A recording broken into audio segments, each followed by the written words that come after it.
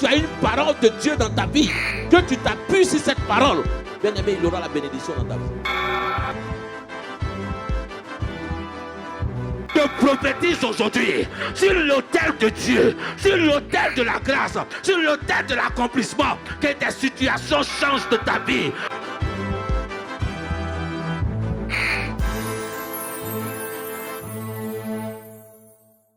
Alléluia. Amen. Amen. Ton amen est trop faible. Je dis, la seule chose qu'on ne choisit pas, c'est notre naissance. La seule chose qu'on ne choisit pas, on ne choisit pas notre naissance. Mais nous pouvons choisir de suivre le Christ. Par conséquent, de faire une alliance avec lui. Alléluia. Veux-tu demeurer dans cette alliance? Veux-tu demeurer dans une alliance? Veux-tu demeurer? Il ne suffit pas seulement de faire l'alliance. Parce que nous choisissons d'accepter le Seigneur. Nous choisissons de dire, nous donnons notre vie à Christ. Mais est-ce que nous voulons demeurer réellement en Christ?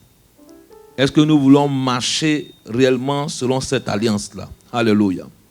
Mais pour pouvoir demeurer dans une alliance, il faut savoir d'abord la profondeur de comprendre qu'est-ce qu'une alliance. Parce que nous ne pouvons pas demeurer dans quelque chose sans comprendre cette chose. Nous ne pouvons pas demeurer dans quelque chose si nous ne le connaissons pas réellement. Amen. Et donc, dans ce voyage-là, pendant tout ce temps que nous allons prêcher, nous allons enseigner ensemble. Donc, vous allez me voir sur un autre manteau de l'enseignant aujourd'hui.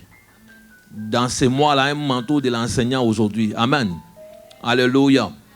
Et vous pouvez comprendre quelque chose. Lorsque l'église s'implante, lorsque Dieu bâtit une église, Dieu donne un don, des dons à celui qui implante, à celui qui bâtit. Vous allez le voir dans tous les manteaux apostoliques, manteaux prophétiques, manteaux. Mais il y a une spécificité que Dieu donne à quelqu'un. Il faut savoir identifier ton don et savoir marcher dans ton don. Alléluia. Mais tu peux voir cette personne dans toutes les grâces. Et beaucoup de personnes font beaucoup d'erreurs. Lorsque l'église se bâtit, vous allez voir que Dieu peut faire au moment les miracles, des grandes choses. Mais arrivé à un certain moment, la délivrance, est-ce que vous devez rester toujours, chaque fois, comme je dis, les chrétiens qui tombent tous les jours? Amen. Quand Dieu te délivre, Dieu t'amène dans la maturité. Dieu t'amène aussi pour que tu sois quelqu'un aussi qui bâtit des vies. Mais est-ce que toi, tu vas demeurer toujours la même personne qu'on délivre? Le but pour lequel tu es chrétien, tu es enfant de Dieu. Il dit, je vous ai amené, il dit, allez partout dans le monde, faites quoi? Des nations, quoi? Des disciples. Donc toi aussi, tu dois faire quoi? Des disciples. Et l'une des erreurs que l'Église fait, comme j'ai enseigné sur le but de l'Église, c'est lorsque l'Église se transforme en un champ d'évangélisation. L'Église n'est pas un lieu d'évangélisation. On évangélise pour pouvoir transformer des personnes, pour les amener à la maturité. L'Église est là pour bâtir un peuple. Alléluia. Donc, mais quand tu veux évangéliser dans l'Église, il y a un problème. Parce que des gens sont déjà sauvés et puis ils viennent à l'Église. L'évangélisation, c'est pour amener des personnes à Christ. Mais si encore dans l'Église, nous devons vous amener à Christ, il y a un problème. L'Église est là pour vous transformer, pour vous éduquer, pour vous amener à ressembler à Christ. Pas à venir à Christ. Mais pour vous amener quoi? À ressembler à Christ. Pour que vous soyez quoi? L'image de Dieu. Donc c'est pour cela que l'Église est là. Donc quand des gens veulent évangéliser dans l'Église, il y a un problème. Alléluia. C'est pour cela, à un moment donné, vous allez voir que Christ est venu comme un agneau. Mais sa deuxième venue n'est pas comme un agneau. Sa deuxième venue est comme quoi? Ah, s'il y a des personnes qui lisent la Bible. La Bible dit, il est venu comme un agneau la première fois. Mais la deuxième venue de Christ ne vient pas comme un agneau. Il vient comme quoi? Ça, c'est une anecdote qui donne une image. Mais la Bible dit qu'il vient comme aussi le lion. Le lion de la tribu de Juda. Donc le vrai lion, ce n'est pas le diable. Le vrai lion, c'est Christ. Et donc, quand l'Église prend des agneaux, il nous transforme quoi? En lion. Ah, ils n'ont pas compris. C'est-à-dire qu'à un moment donné, tu es un agneau, mais à un moment donné, tu deviens transformé, tu es un lion. Pour détruire les œuvres du diable. Et c'est pour cela que beaucoup de personnes, les lions, on ne les garde pas dans un enclos ensemble. Est-ce que vous comprenez cela? Ce qui amène le problème de l'église, c'est qu'on garde trop des lions dans l'enclos. S'il y a un lion dans l'enclos, il va chercher à dévorer quoi? C'est pour cela que les lions, on les lâche. C'est pour ça que l'église transforme à un moment donné que les disciples ont été lâchés pour partir. Dans un moment donné, toi aussi, un moment, va chercher. Arrête de dire, ça fait 10 ans que je suis dans l'église. Ça fait 20 ans que je suis dans l'église. Ça fait 20 ans que je connais le Seigneur. Mais quand on regarde le résultat de ta vie, il n'y a rien du tout. Combien de personnes as-tu amené à Christ? Combien de personnes as-tu bâti? Combien de fils et de filles spirituelles tu as? Ou bien tu crois que c'est le pasteur seulement qui doit avoir des filles ou des fils? Amen. Alléluia. Toi aussi, il y a des personnes que tu as évangélisées quelque part. Où tu vas les rendre visite, tu leur parles du Seigneur. Il faut que tu enfantes à partir d'aujourd'hui. Dis à partir d'aujourd'hui, il faut que j'enfante. Donc je suis venu pour introduire le message simplement. Pour que tu partes avec cette introduction de comprendre. Et donc comme j'ai dit, pour que nous puissions demeurer dans l'alliance, nous devons savoir qu'est-ce qu'une alliance d'abord. Qu'est-ce qu'une alliance? Et dans ce voyage aussi, nous allons voir quels sont les différents types d'alliances. Amen.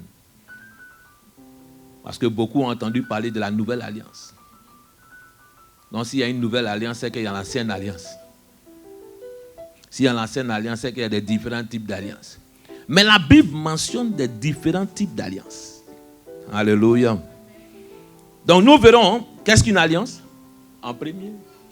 En deuxième, nous verrons quels sont les types d'alliances dans la Bible.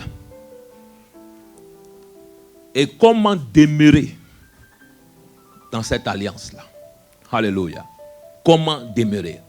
Il faut apprendre aux personnes comment y rester. Comment demeurer dans cette alliance. Comment résider dans cette alliance. Et le dernier point que nous verrons, c'est pourquoi y demeurer. Pourquoi je dois demeurer dans cette alliance? Les bénéfices que cette alliance m'apporte. Alléluia. Je veux qu'on lisons dans Hébreux 8, versets 6 à 13. Je sais qu'il y a Edwige qui a une belle voix. Amen. Hébreux 8, verset 6. Mais maintenant, il a obtenu un ministère d'autant supérieur qu'il est le médiateur d'une alliance plus excellente, qui a été établie sur de meilleures promesses. Verset 7. En effet, si la première alliance avait été sans défaut, il n'en aurait pas été question de la remplacer par un second. Verset 8. Car c'est avec l'expression d'un blâme que le Seigneur dit à Israël, « Voici, les jours viennent, dit le Seigneur, où je ferai avec la maison d'Israël et la maison de Juda une alliance nouvelle. » Verset 9. Non comme l'alliance que je traitais avec leur père, le jour où je les saisis par la main et pour les faire sortir du pays d'Égypte, car ils n'ont pas persévéré dans mon alliance. Et moi aussi, je ne suis pas soucieux d'eux, dit le Seigneur. Verset 10. Mais voici l'alliance que je ferai avec la maison d'Israël. Après ce jour-là, dit le Seigneur, je mettrai mes lois dans leur esprit, je les écrirai dans leur cœur, et je serai leur Dieu, et ils feront mon peuple. Ils seront mon peuple, pardon. On continue. Verset 11. Aucun n'enseignera plus son concitoyen, ni aucun son frère, en disant, connais-tu le Seigneur? Car tous me connaîtront, depuis le plus petit jusqu'au plus grand d'entre eux. parce que je pardonnerai leur iniquité et que je me souviendrai plus de leurs péchés.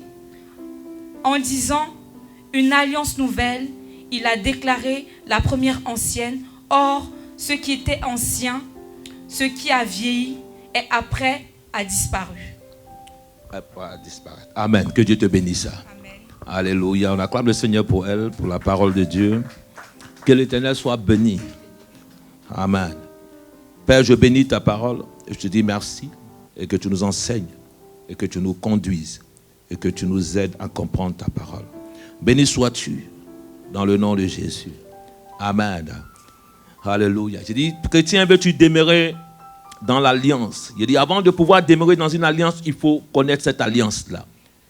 Et comme je dis aujourd'hui, je vais introduire simplement mon message et de pouvoir te donner qu'est-ce qu'une alliance. Parce qu'avant de demeurer dans cette alliance, il faut la connaître. Et lorsque l'Épître des Hébreux, on attribue ce passage-là souvent à Paul, mais on ne connaît pas l'auteur de ce passage-là. Alléluia. Mais lorsqu'on regarde les écrits, lorsqu'on regarde la manière dont c'est écrit, ces passages sont écrits, on attribue souvent cela à Paul. Alléluia.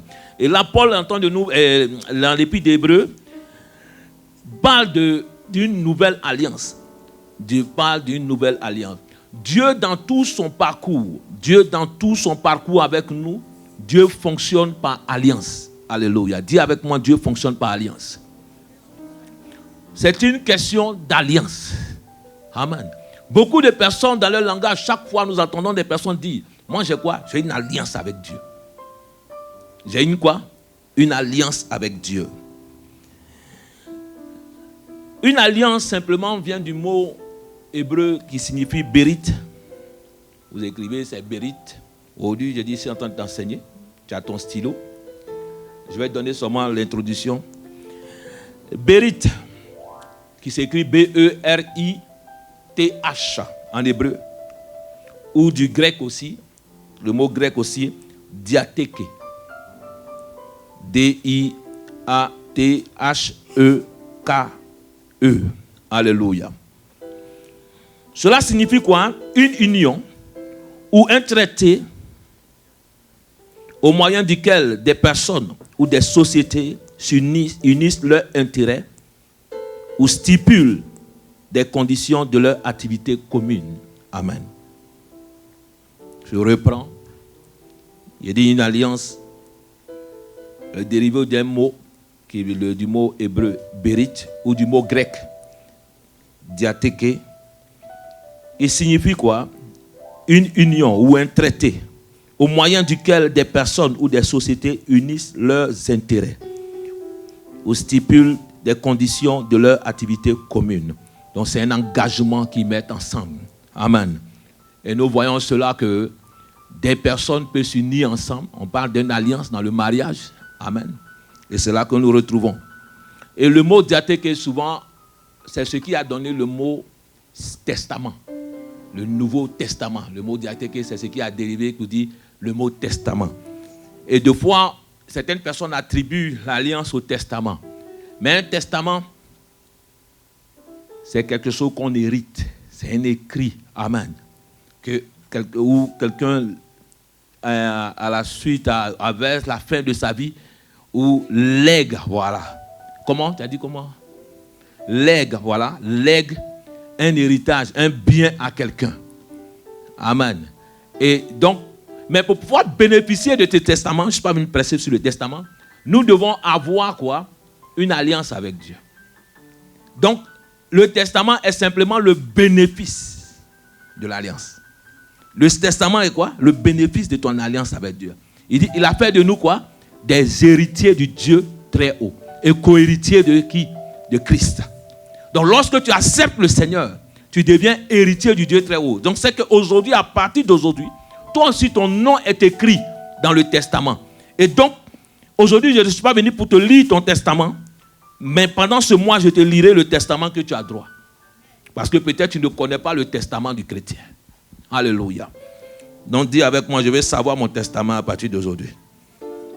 Parce que beaucoup de personnes, lorsque nos parents décèdent, lorsque nos parents Tant que le Père est vivant, on ne peut pas lire le testament. Alléluia. Mais il fallait, même la Bible dit, il fallait qu'il y ait mort d'abord avant qu'il y ait le testament. Donc tant que la mort n'était pas là, que Christ ne mourait pas, il ne peut pas avoir le testament. Donc tu ne peux pas avoir droit au testament tant que Jésus n'est pas venu pour mourir à la croix pour toi. Et ça, il dit que non, Christ est venu parfaire toutes choses. À cause de Christ, tu as droit au testament. À cause de Jésus, tu as droit au testament. À cause de Jésus, il dit, nous qui étions perdus, errants comme des brebis perdues, nous aujourd'hui, nous sommes devenus quoi? Héritiers du décret. Nous avons été sauvés. Le châtiment qui nous donne la paix est tombé quoi? Sur lui. Et à cause de sa mort, toi aujourd'hui, ton testament, ce n'est pas la mort, ce n'est plus l'enfer, mais c'est le paradis. Tu as droit au testament. Dis avec moi, j'ai droit au testament. Alléluia. Donc comme je le dis, une alliance simplement, c'est un engagement, c'est un traité, c'est une union entre des personnes. Mais nous rencontrons souvent ces exemples-là de multiples alliances dans la Bible, où des hommes ont fait des alliances. Mais dans l'alliance, nous voyons que celui qui est supérieur, c'est celui qui définit les conditions. Celui qui est supérieur, quand vous regardez dans la Bible, tous ceux qui ont fait une alliance, c'est toujours celui qui est supérieur qui a défini quoi? Les termes et les conditions d'une alliance. Amen. Donc si nous regardons bien, les conditions, l'alliance peut être caractérisée par des promesses, l'alliance est caractérisée par des conditions, des termes, et l'alliance est caractérisée par le signe. Amen. C'est caractérisé par trois choses. Par les promesses, les termes, ce sont les conditions, et caractérisé par le signe. Amen. Alléluia. Dans la Bible, nous allons voir peut-être, je dis peut-être encore, nous allons voir aussi que le peuple d'Israël accorde quoi? Une alliance à qui? Aux Gabaonites. Une alliance de protection. Vous pouvez le voir dans Josué 9. On ne va pas lire. Que Dieu, le peuple d'Israël va accorder une alliance aux Gabaonites. Une alliance de protection. Lorsque Dieu va les dire de détruire tous les peuples qu'ils vont rencontrer sur le chemin, la Bible dit que ces personnes-là vont faire comme si c'était des personnes qui arrivaient de loin. Ils vont prendre des vieilles outres, ils vont prendre des vieux vêtements, et lorsqu'ils vont arriver, Josué va contracter une alliance avec eux. Ils vont dire à Josué de leur laisser la vie. Et Josué va les laisser la vie, croyant que ces personnes venaient de loin. Mais pourtant, ils étaient tout près. Et comme il a donné sa parole, il ne pouvait pas les détruire. Parce que la parole est sacrée. C'est pour cela que je dis aux enfants de cette église, je dis aux chrétiens d'avoir une seule parole. Ça a fait des paroles là qui a même problème. Alléluia. Bon, j'ai dit ça a fait des paroles qui a même problème. Donc si vous-même vous comprenez aussi. Parce que quand tu donnes ta parole, il faut respecter ta parole. Mais quand la parole n'est plus respectée, ça fait problème. Alléluia. Dis que je respecte ma parole. C'est pour cela, même dans le mariage, c'est une parole qu'on donne. C'est un engagement. Tu signes après. Mais ce sont des paroles. Tu prends un engagement. C'est une alliance que tu fais. Tu donnes. Il y a une parole qui est donnée. Et Josué a donné sa parole. Il a dit à ces personnes-là, nous n'allons pas vous détruire. Nous n'allons pas vous tuer. Mais il s'est rendu compte que ces personnes l'ont trompé. Alléluia. Il s'est rendu compte que les Gabaonites l'ont trompé. Et comme je le dis souvent, j'ai dit quand des personnes ne changent pas de caractère, ne changent pas de comportement, que je demandais chaque fois à Dieu, mais pourquoi ces personnes peuvent être dans l'église? Elles ne peuvent pas changer de caractère, de comportement. Il dit, fils, ce sont des Gabaonites. Parce que les Gabaonites ont dit à Josué, quand vous lisez dans le livre de Josué 9, il dit, nous servirons, nous couperons du bois pour vous. Nous ferons des choses pour vous. Mais nous ne servirons pas vos dieux. Alléluia. On coupera du bois pour vous. On va danser avec vous. On va chanter avec vous. On va se réjouir avec vous. Mais le fait d'adorer votre Dieu. Mais la Bible dit que depuis ces temps-là, les Gabonites vivent jusqu'à aujourd'hui avec le peuple d'Israël. Et la Bible dit que c'est qui est le peuple d'Israël aujourd'hui? C'est nous qui avons accepté Christ. Qui sont vraiment la nation d'Israël. Alléluia. Il y a un bruit bizarre qui me dérange. Et Henri est ton piano. Je ne sais pas quelle voix tu as mis dedans. Alléluia. Amen. Mon fils n'est pas un Gabaonite. Amen. Que Dieu te bénisse, Henri. C'est le portable. Le faire même. Il dit, nous allons adorer votre Dieu. Nous n'allons pas adorer votre Dieu. Nous allons marcher. Nous allons danser. Nous allons faire des choses. Mais nous n'allons pas servir votre Dieu. Je refuse d'être un Gabaonite dans l'église de Dieu. Je refuse d'être un Gabaonite dans l'église de Dieu. Donc les Gabaonites, c'est ceux qui n'ont pas changé de caractère. Les Gabaonites, c'est ceux qui ont entendu la parole de Dieu, mais qui sont demeurés toujours pareils. C'est ceux qui vivent dans l'église de Dieu, qui ne changent pas de comportement. C'est ceux qui chantent dans l'église, qui font des choses, mais qui ne changent pas de caractère. 10 ans, 20 ans, la personne est toujours pareille. 30 ans, la personne est toujours pareille. Tu dis, mais c'est le même chrétien que j'ai trouvé. La même chrétienne que j'ai vue. Mais toujours, ta vie est toujours pareille. Le langage n'a pas changé. L'une des choses que Dieu change dans la vie de chrétien, la première chose, c'est le langage. C'est ton langage qui change. Alléluia. C'est pour ça que la fois passée, je disais, ce que tu fais là, nous, on sait faire aussi. Amen. Ta manière dont tu parles mal, là, nous-mêmes, on sait parler mal aussi. Mais c'est parce qu'on sait que c'est interdit. Sinon, là, nous tous, on sait faire. Alléluia. Ils ont parlé nous aussi. Nous tous, on sait faire. Mais c'est parce qu'on sait que c'est interdit. C'est parce que la Bible nous interdit. C'est parce que notre identité nous interdit. C'est parce que notre identité nous interdit de faire cela. Sinon, si c'est pour faire ça, nous tous, on sait faire. Si c'est pour se battre, nous tous, on sait faire. Mais c'est parce que notre nouvelle identité nous interdit. Dis, ma nouvelle identité m'interdit cela. C'est pour cela que certaines personnes sont restées dans le sang du baptême en disant, non, quand on l'a baptisée, depuis elle sort de la... Elle n'est pas une nouvelle créature, elle est toujours l'ancienne créature. Pourtant, tu n'as pas été enterré réellement. Ce qui est sorti, c'est la nouvelle personne qui est sortie. Ton ancienne créature était enterrée. Est-ce que toi, tu es vraiment enterré? Il faut que tu te poses cette question-là. Alléluia. La Bible dit que cette alliance qu'il a faite aux Gabaonites, c'était une alliance de protection. Je ne donne pas les types d'alliances. Je donne les images des alliances. Akab aussi accorde au roi Ben Hadad, qui était son prisonnier, une alliance. Amen.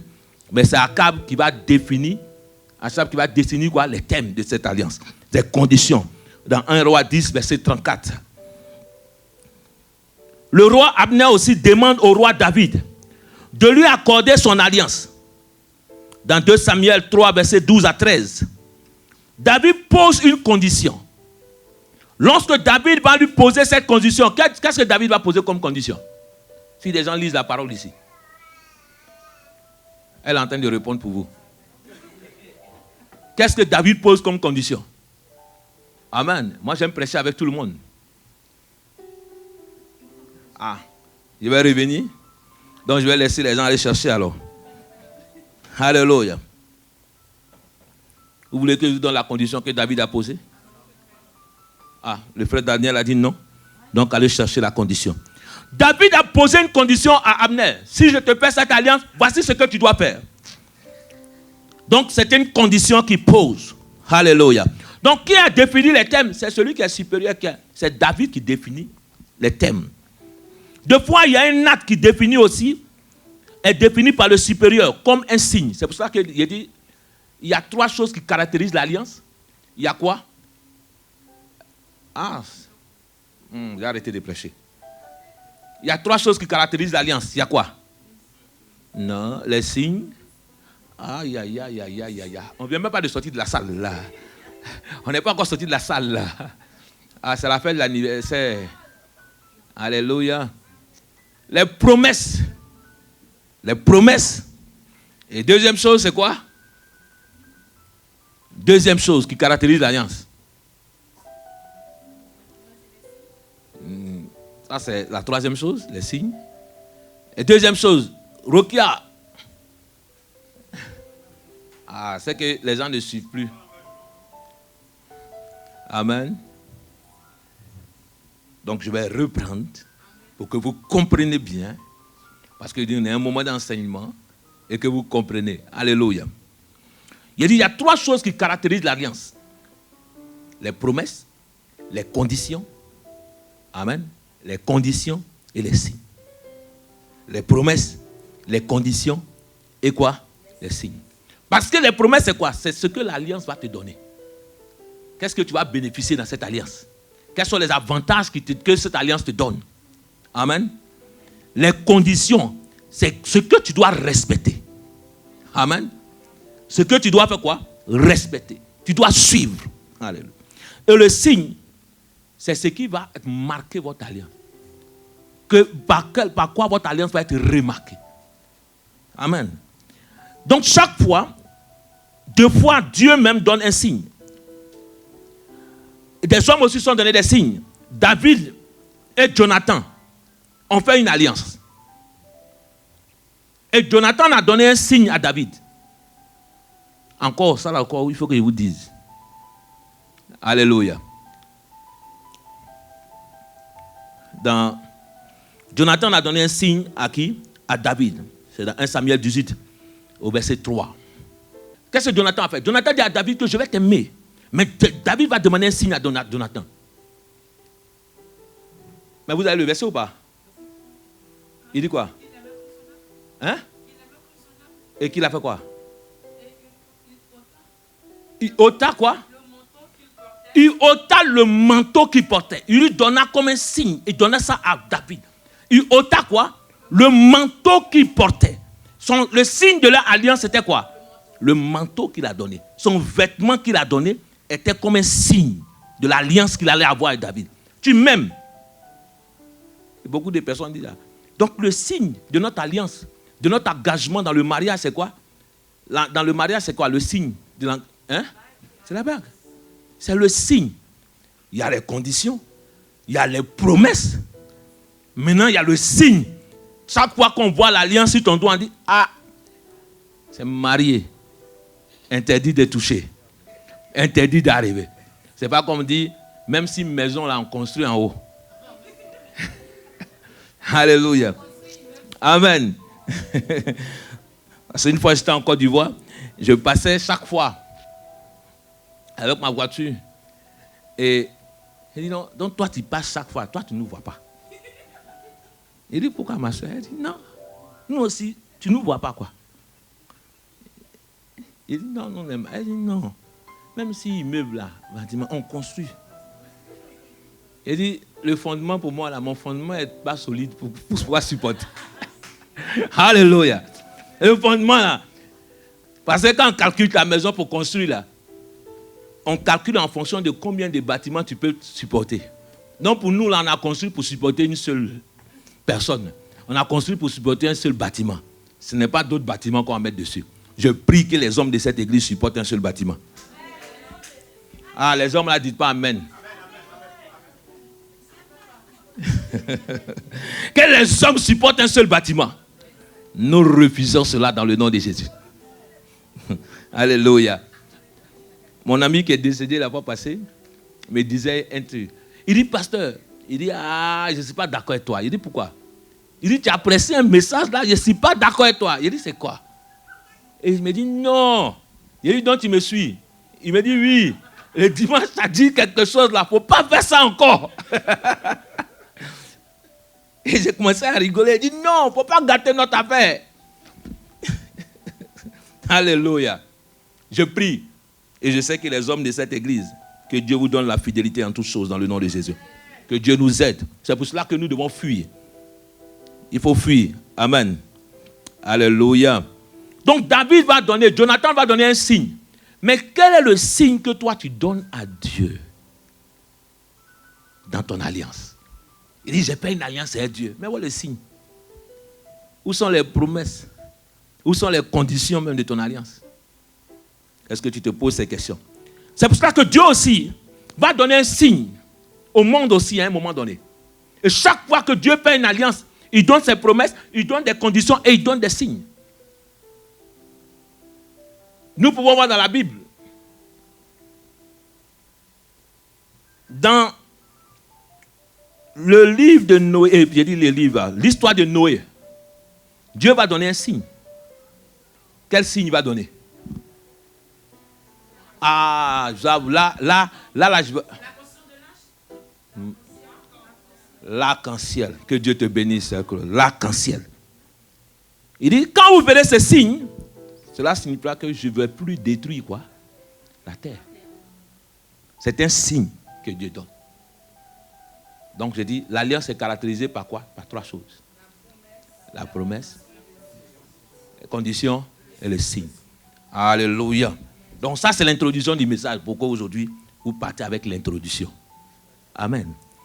Que l'alliance est caractérisée par 3 choses. Et Dieu a donné des signes. Il y a une quoi? La promesse, la condition fixée et un signe de l'alliance.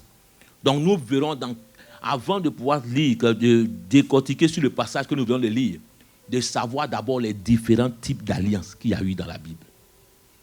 Des différents types d'alliances qu'il y a eu dans la Bible. La première alliance, écrit, la première alliance, on verra cela dimanche prochain. La première alliance qu'il y a eu, c'est l'alliance adamique. L'alliance adamique. Alléluia. Quand on parle de l'alliance adamique, c'est quoi? On parle d'Adam. Dans le livre de Genèse 1. Quand nous regardons ce récit-là de Genèse 1, quand nous regardons dans ce verset-là, nous voyons quoi? Que le récit de la création, où Dieu donne la gestion de la création à l'homme. Il confie quoi? La gestion de la création à l'homme. Et dans cette alliance-là, même si le mot alliance n'est pas mentionné, nous voyons les thèmes d'une alliance. Les conditions d'une alliance. Dieu va leur donner une promesse qui accompagne cette alliance. La promesse, c'était quoi? Ah, est-ce que vous lisez la Bible? Il a dit quoi? Non. Il a promis quelque chose. Sur la terre, il les a donné quelque chose. Il dit, soyez quoi? Multipliez-vous, assurez la terre, dominez-la. Ça, c'est une promesse que Dieu fait. Vous allez voir que cette même promesse va être réitérée encore chez Noé. Amen. Donc la première alliance, c'est l'alliance adamique. Et que vous allez voir que la condition, la promesse, c'est ce que Dieu va les faire. Dieu va les confier la gestion de la création. Dieu va les confier la gestion. C'est Adam et elle. Il dit quoi? Pour cultiver. Il les place dans le jardin. Pourquoi? Pour cultiver, pour garder et cultiver. Il va les confier une gestion. Tout ce que Dieu te confie, c'est une gestion. Ta vie que tu as, c'est une gestion que tu as. Le travail que Dieu t'a donné, c'est une gestion que tu as. Les enfants, tu les gères. Ils ne t'appartiennent pas. Pour te rappeler que tout appartient à Dieu. Ah, tu n'as pas dit Amen. Tout appartient à qui? À Dieu. Dieu les donne la gestion. Dieu les rappelle que celui-là m'appartient. Tout m'appartient. Tout ce que tu as m'appartient. Tout ce que tu perds sur cette terre m'appartient. Mais je t'ai donné simplement pour gérer. Nous sommes des entendants, des gestionnaires des biens de Dieu. Nous allons rendre compte de comment nous avons géré. Le potentiel que tu as en toi, c'est Dieu qui te l'a donné. C'est pour gérer. Ton argent, c'est Dieu qui te l'a donné. Tu n'es qu'un simple gérant. Dis, je suis un simple gérant. Ah, quand tu n'aimes pas ça, tu es un gérant. Mon frère, ma soeur, nous sommes simplement des gérants. Nous ne décidons de rien. C'est Dieu qui nous a donné cela. Nous ne sommes que des gérants sur la terre. Toutes les choses, nous sommes venus les trouver. La création, nous sommes venus la trouver. C'est Dieu qui a créé toutes choses. Mais nous sommes gérés. Tu as créé quelque chose sur la terre ici? C'est Dieu qui t'a donné. Le souffle de vie, c'est Dieu qui l'a donné. C'est pour ça que chacun de nous, notre vie que Dieu nous a donnée, nous sommes en train de gérer. C'est pour ça qu'il dit, nous rendrons compte de notre corps, de ce que nous avons fait de notre corps, du temple de Dieu. Parce que nous sommes quoi? Le temple de Dieu. Donc le corps dans lequel tu es, Dieu te donne pour le gérer. Tu vas rendre compte. Si tu as mis 10 000 piercings, tu vas rendre compte. Alléluia. Tu perces partout. Il a dit, mon frère, Quand il t'a donné le corps, là, il était propre. Hein? Donc, tu vas souder pour me donner. Alléluia. Ma soeur, non. La fois dernière, j'étais à l'entraînement au judo avec quelqu'un. Il dit non, tu n'as pas vu des personnes. Il dit, je ne comprends pas. Des gens souvent se tatouer même dans l'œil. Dans l'œil. Tu n'as pas peur. Moi-même, des fois, j'ai mal aux yeux. Il me dit, mais comment? Il s'asseye pour qu'on tatoue. Il se tatoue tout le blanc de l'œil. Et il dit, tu n'as pas vu? J'ai dit, non, je n'ai pas vu. Il dit, c'est tatou. J'ai dit, non, je n'ai jamais vu ça. J'ai dit, mais comment vous faites pour vous asseoir, pour qu'on tatoue? Il dit, non. Et puis l'autre dit, non. Et la personne lui dit, ça fait comme un picotement après dans les... Il dit, quoi? Tu n'arrives pas, le corps que Dieu... Et donc quelqu'un, que Dieu lui a donné son corps, il lui a donné tout son être, il lui a donné toutes les choses. Après, il dit, non, ça là, j'aime pas. Si Dieu t'a donné un nez, il sait pourquoi il t'a donné ce nez-là. À un moment donné, il va savoir que tu auras besoin de la respiration. Alléluia. Il dit, l'agile peut dire au potier, pourquoi tu m'appelles ainsi? Il sait pourquoi il t'a donné ça. Il y avait une histoire, je vais te raconter. Et il y avait un homme de Dieu m'a raconté cette histoire. Il dit, on l'appelait Kapouepoué. Kapouepoué, sangané. Il dit, tellement cet homme-là était court. Puis il était tellement bancal. Et il y a eu un danger quelque part. Tout le monde se moquait de sa taille chaque fois. Tout le monde se moquait de lui. Et le jour où il y a eu un incendie, et il y avait un petit espace seulement. Donc Dieu avait prévu qu'un jour il allait avoir un incendie pour que la taille de Kapouepoué puisse passer là. Donc Dieu sait pourquoi il lui a donné cette taille-là. Il dit ce jour-là, tous ceux qui étaient grands, comme les gérants n'ont pas pu passer. Il dit non. Là, ce jour-là, tu dis non. S'il était comme lui, j'aurais pu passer. Donc tu cherchais même la taille de Kapouepoué, tu ne l'as pas trouvé.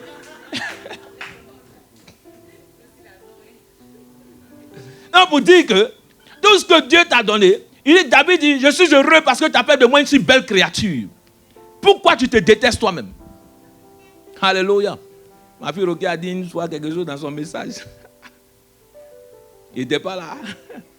Elle dit, peut-être Dieu a prévu quelqu'un pour compter toutes les tâches. Il dit, my goodness, ça c'est le plus poésie pour moi. Elle dit, ça c'est fort ça. Elle dit que cette personne doit t'aimer. Ça dit la patience qu'il doit avoir pour compter toutes les tâches là. My goodness. Alléluia. Donc avant même de les fiançailles, il faut que tu comptes d'abord. Alléluia. Donc ce que je vais te dire, tu n'es qu'un gérant. Ce que Dieu t'a donné, il sait pourquoi il te l'a donné. Ce que Dieu a fait, il sait pourquoi. Si tu es né dans cette famille, il dit c'est la seule chose qu'on ne choisit pas sur la terre. C'est ta famille. Si Dieu, tu ne peux pas avoir honte de ta mère. Moi, je n'ai pas honte de ma mère. Son mauvais français, c'est ma maman. De son ventre, il y a eu des gens qui ont doctorat. Une fois, la soeur Roquette, c'est mon frère. Mon frère, quand il parle, il dit bac plus 9. Il dit, mon frère, nous, on n'a pas bac plus 9. Nous, c'est bac plus 5. C'est bon comme ça. Lui, il dit bac plus 9, docteur. Mais ma mère ne sait pas parler français. Mais son ventre, il y a docteur qui est dedans. Il y a avocat qui est dedans. Il y a pasteur qui est dedans. Il y a ingénieur qui est dedans. Il y a des informaticiens dedans. Tous les gens qui sont sortis, on se dit, des fois même, nos neveux, même, tu vois, c'est des 17, 18, 19. On dit, hey, quand ma femme dit, vos familles là, vous êtes intelligents. J'ai dit, mais intelligent, mais il faut qu'on gagne les promesses de Dieu. Dieu sait pourquoi. S'il a dit, bon, je dis, je bénis le Seigneur parce qu'il y a eu cette maman. Parce qu'il savait qu'un jour, que cette maman était prête à supporter un enfant comme moi. Il était prêt. Donc, quand tu as une maman, il y a certaines caractéristiques, certaines conditions que Dieu, même un homme qui met auprès de toi, il sait pourquoi il te donne cet homme-là. Alléluia. Ne regarde pas, dis que compare pas ton mari à quelqu'un, ni ta femme à quelqu'un d'autre. Ce que Dieu m'a donné là, c'est pour moi. C'est parce qu'il sait que c'est bien. Nous allons être bien ensemble, chérie. Nous allons réussir ensemble. Nous allons avancer ensemble. Alléluia. Notre condition changera. On ne demeurera pas pareil. Moi, je me souviens, ma femme, on courait, on prend le bus. Des fois, on avait truc là. Même pour faire le culte, c'était l'après-midi. Il faut ranger les instruments. Des fois, c'est lourd sur toi, mais tu es là, tu fais quand même. Mais on dit, ça va aller. Ça va aller. Dieu au contrôle. Dieu te donne les promesses. Je dis, une fois que je venais, et j'ai dit, aujourd'hui, c'est la fin de mon culte, c'est mon dernier culte. Et je suis venu à l'église. Et il y avait un prophète qui est arrivé, il dit, je t'ordonne de ne pas fermer mon église. J'ai dit, my goodness. Il dit, toi, qu'est-ce que tu racontes encore? Alléluia. Il finit de prêcher et puis il me parle. Prophète, il te dit, parce qu'il dit, non, Seigneur, j'allais faire ton travail, je peux faire ton œuvre, je peux m'occuper de mes affaires et puis faire ton œuvre. Il dit, non, je ne t'ai pas demandé ça. Si tu fais cela, tu vas voir. Et je me suis attaché à la parole de Dieu, à la prophétie de Dieu, pour pouvoir avancer. Il dit, tu n'es simple gérant de ta vie. Si la vie que je t'ai donnée là, si tu essayes, la mort t'attend. Et j'ai dit, jamais, Seigneur. Je sais pas ce que j'ai. Mais chaque fois que je venais à l'église, il y a des enfants qui quittent partout pour venir ranger les instruments. Il dit, pasteur, on range tes instruments, mais où sont tes membres? Il dit, ils arrivent.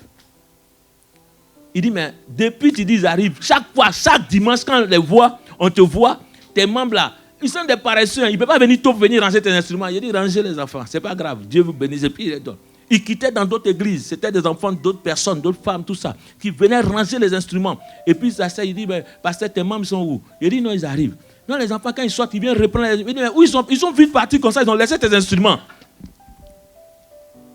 Mais c'était, quand tu crois en la promesse de Dieu, Dieu savait ce qu'il y a. C'est la fidélité et l'alliance que tu vas tisser avec Dieu. Tu n'es que le simple gérant. Dis, je suis le simple gérant. Dans l'alliance adamique, Dieu a donné la gestion de la création à l'homme.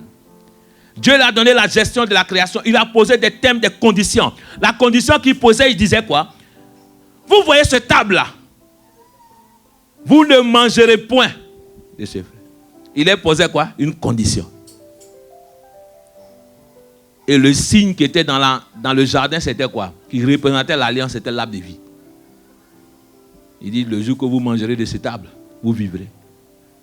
L'arbre de connaissance du bien et du mal, si vous mangez de cette table. Donc c'était une condition. Les promesses étaient pour eux. Il y avait une condition et il y avait un signe. Alléluia. Donc la première alliance, c'est l'alliance quoi? Aïe, aïe, aïe. Elle est trop forte. Acclamons le Seigneur pour être vive. Mais c'est vrai. Tu as sauté toutes les alliances pour aller tomber dans une autre alliance. Mais c'est vrai, elle a dit une autre alliance. Tu as dit quoi? Alliance quoi? Abrahamique. C'est pas la deuxième alliance? Là, c'est pas la deuxième alliance. La deuxième alliance, on la verra dimanche prochain. C'est l'alliance de Noé. L'alliance qu'il y a eu est Noé. Là, ça amène que les gens vont commencer à chercher à mettre les alliances. Les types d'alliances. Donc, si on dit alliance de Noé, comment on va appeler ça? Mais, hein? Ah, donc cherchez-moi le nom, dimanche prochain. Alléluia. Alléluia. Que le nom de Dieu soit béni. Donc j'ai compris aujourd'hui qu'il y a des alliances. Et la première alliance qu'on a apprise, c'est l'alliance adamique. Amen. Et j'ai dit que 3 choses caractérisent une alliance. La promesse, les conditions et les signes. Donc que Dieu vraiment bénisse chacun. Dimanche prochain, nous allons continuer. Et je vais donner tous les différents types d'alliances. Dieu le permet pour qu'on voie les différents types d'alliances. Et qu'on voie d'abord ces différents types pour connaître déjà l'alliance. Amen. Et donc, que Dieu vraiment bénisse. Donc, dans l'alliance adamique, vous pouvez lire dans Genèse 1. Genèse 1, vous voyez le récit de Genèse. Vous lisez tout le chapitre de Genèse, vous allez voir. Et vous allez voir ces alliances-là dedans, cette alliance adamique. Que Dieu vraiment me bénisse, que Dieu bénisse chacun. Dis avec moi, je crois en l'alliance de Dieu et je suis prêt à m'engager. Je crois à l'alliance de Dieu et je suis prêt à m'engager. Alléluia. Donc dimanche, je vais prêcher sur le message, sur le thème que le Hébreux 8 et te décortiquer un peu, t'amener aujourd'hui. Je suis en train de te faire voyager un peu et que tu comprennes ce que c'est une alliance et que tu apprennes quelque chose. Amen. Donc viens à ton cahier, écris, note, apprends. Alléluia. Donc que Dieu bénisse, que Dieu bénisse. Dis à partir d'aujourd'hui, je crois en l'alliance de Dieu. Les promesses, les conditions et les signes m'appartiennent dans le nom de Jésus. Les promesses, les conditions et les signes m'appartiennent dans le nom de Jésus. Cette nouvelle alliance, j'y participerai. Les bénéfices seront ma part, seront ma part, seront ma part, seront ma part, seront ma part, seront ma part, dans le nom de Jésus. À partir d'aujourd'hui, que Dieu bénisse ma vie. Que Dieu bénisse ma vie, dans le nom de Jésus. Amen. Amen. Que Dieu te bénisse. Que Dieu te bénisse. Alléluia.